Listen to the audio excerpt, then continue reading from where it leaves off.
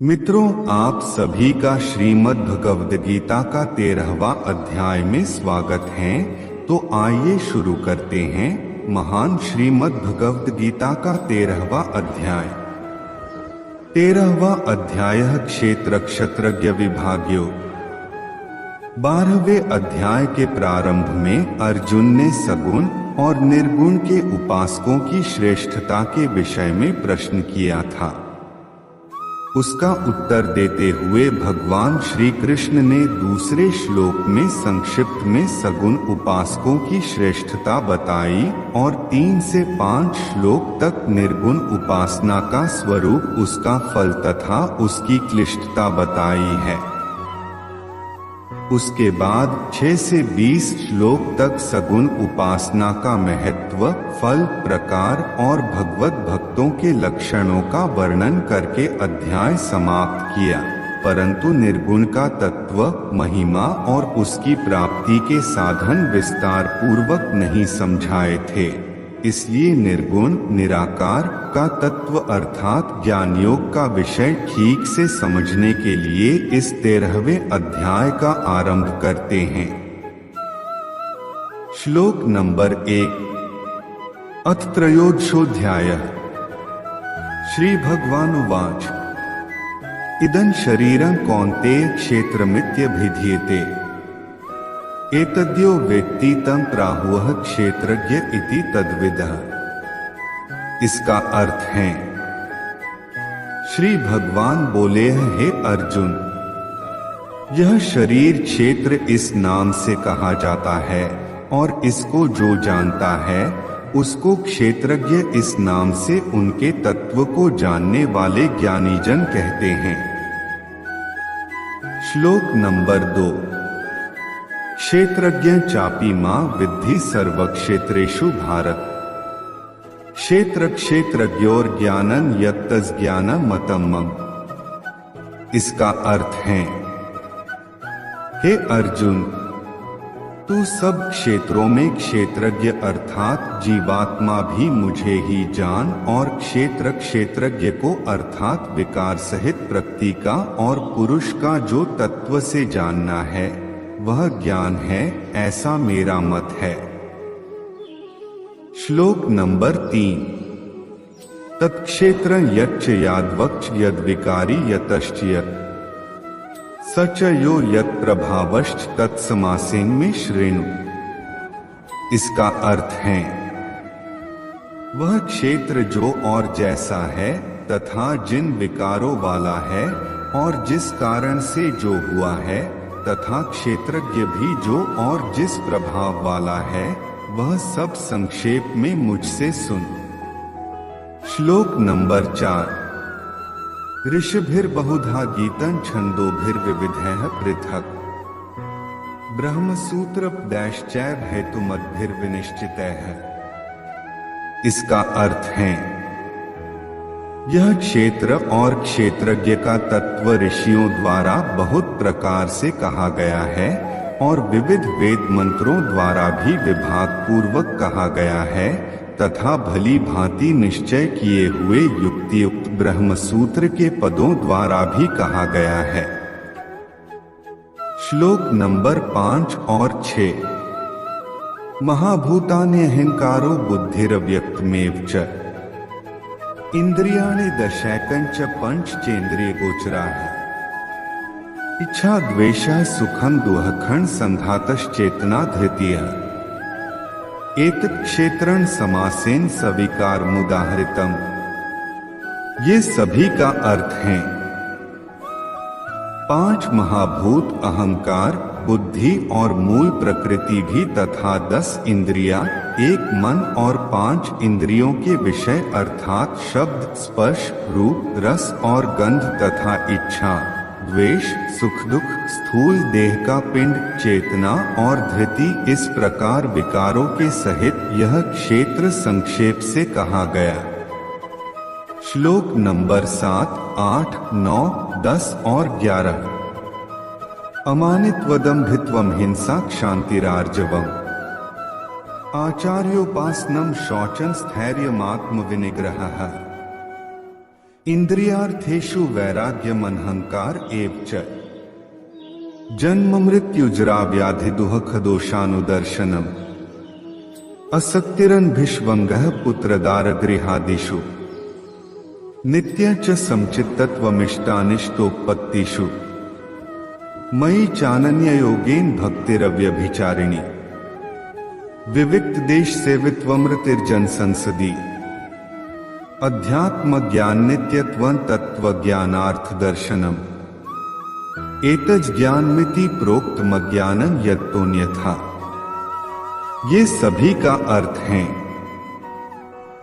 श्रेष्ठता के ज्ञान का, अभिमान का अभाव, दंभाचरण का अभाव, किसी प्राणी को किसी प्रकार भी न सताना, क्षमा भाव, मनवाणी आदि की सरलता, श्रद्धा भक्ति सहित गुरु की सेवा, बाहर भीतर की शुद्धि, अंतःकरण की स्थिरता और मनेंद्रियों सहित शरीर का निग्रह, इस लोक और परलोक संपूर्ण भोगों में आसक्ति का अभाव और अहंकार का भी अभाव, जन्म मृत्यु जरा और रोग आदि में दुर्लभ और दोषों का बार बार विचार करना, पुत्र स्त्री घर और धन आदि में आसक्ति का अभाव, ममता का न होना तथा प्रिय और अप्रिय की प्राप्ति में सदा ही चित्त का समरहना, मुझ परमेश्वर में अनन्य योग के द्वारा अव्यभिचारिणी भक्ति तथा एकांत और शुद्ध देश में रहने का स्वभाव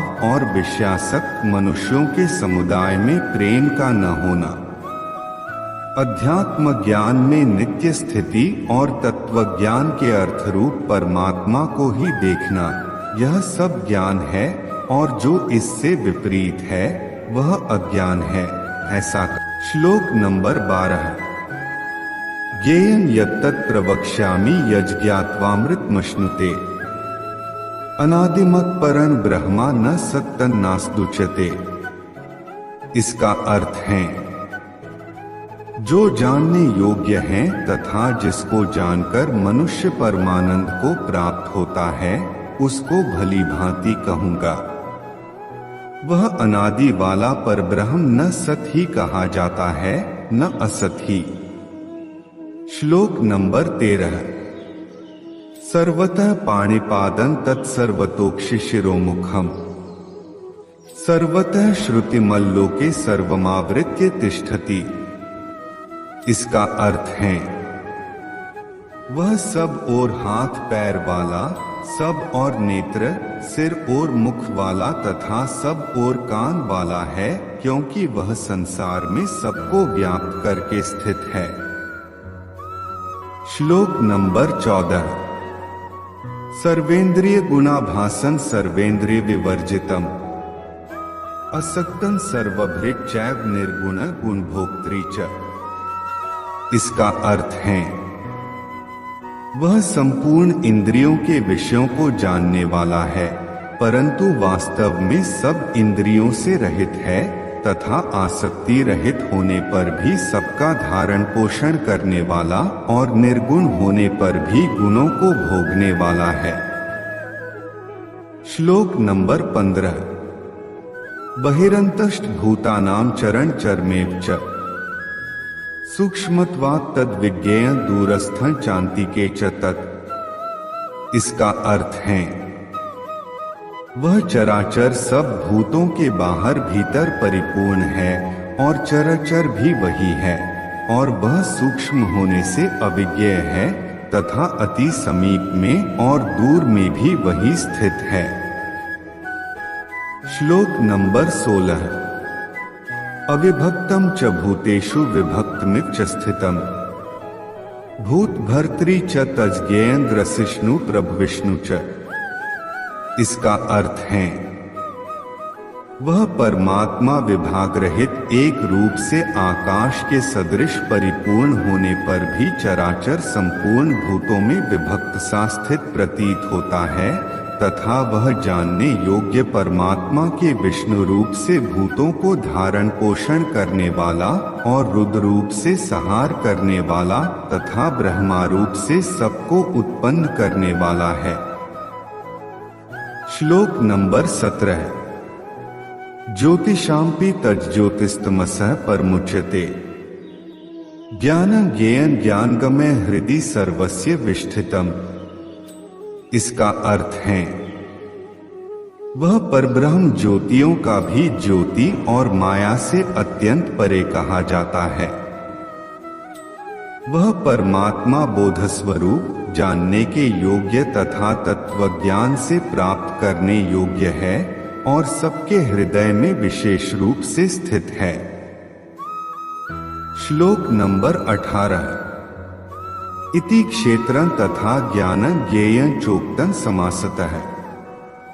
मद्भक्त एतद् विज्ञाय मद्भावायोपपद्यते। इसका अर्थ है इस प्रकार क्षेत्र तथा ज्ञान और जानने योग्य परमात्मा का स्वरूप संक्षेप से कहा गया। मेरा भक्त इसको तत्व से जानकर मेरे स्वरूप को प्राप्त होता है। श्लोक नंबर 19। प्रकृति पुरुषं चैव विद्धयनादि उभावपि विकाराश्च गुणाश्चैव विद्धि प्रकृति संभवा। इसका अर्थ है प्रकृति और पुरुष इन दोनों को ही तू अनादि जान और रागद्वेषादि विकारों को तथा त्रिगुणात्मक संपूर्ण पदार्थों को भी प्रकृति से ही उत्पन्न जान। श्लोक नंबर 20। कार्यकरण कर्तृत्वे हेतुः प्रकृतिरुच्यते। पुरुषः सुख दुःख खाना भोक्तृत्वे हेतुरुच्यते। इसका अर्थ है कार्य और करण को उत्पन्न करने में हेतु प्रकृति कही जाती है और जीवात्मा सुख दुखों के भोक्तापन में अर्थात भोगने में हेतु कहा जाता है। श्लोक नंबर 21। पुरुषः प्रकृतिस्थो हि भुंक्ते प्रकृति जान गुणा कारण गुण संगोस्य सत्सद्योनि जन्मसु। इसका अर्थ है प्रकृति में स्थित ही पुरुष प्रकृति से उत्पन्न त्रिगुणात्मक पदार्थों को भोगता है और इन गुणों का संग ही इस जीवात्मा का अच्छी बुरी योनियों में जन्म लेने का कारण है। श्लोक नंबर 22। उपद्रष्टानुमंता च भर्ता भोक्ता महेश्वरः परमात्मेति चाप्युक्तो देहस्मिन् पुरुषः परः। इसका अर्थ है इस देह में स्थित वह आत्मा वास्तव में परमात्मा ही है। वही साक्षी होने से उपद्रष्टा और यथार्थ सम्मति देने वाला होने से अनुमंता, सबका धारण पोषण करने वाला होने से भर्ता, जीव रूप से भोक्ता, ब्रह्मा आदि का भी स्वामी होने से महेश्वर और शुद्ध सच्चिदानंद घन होने से परमात्मा ऐसा कहा गया। श्लोक नंबर 23।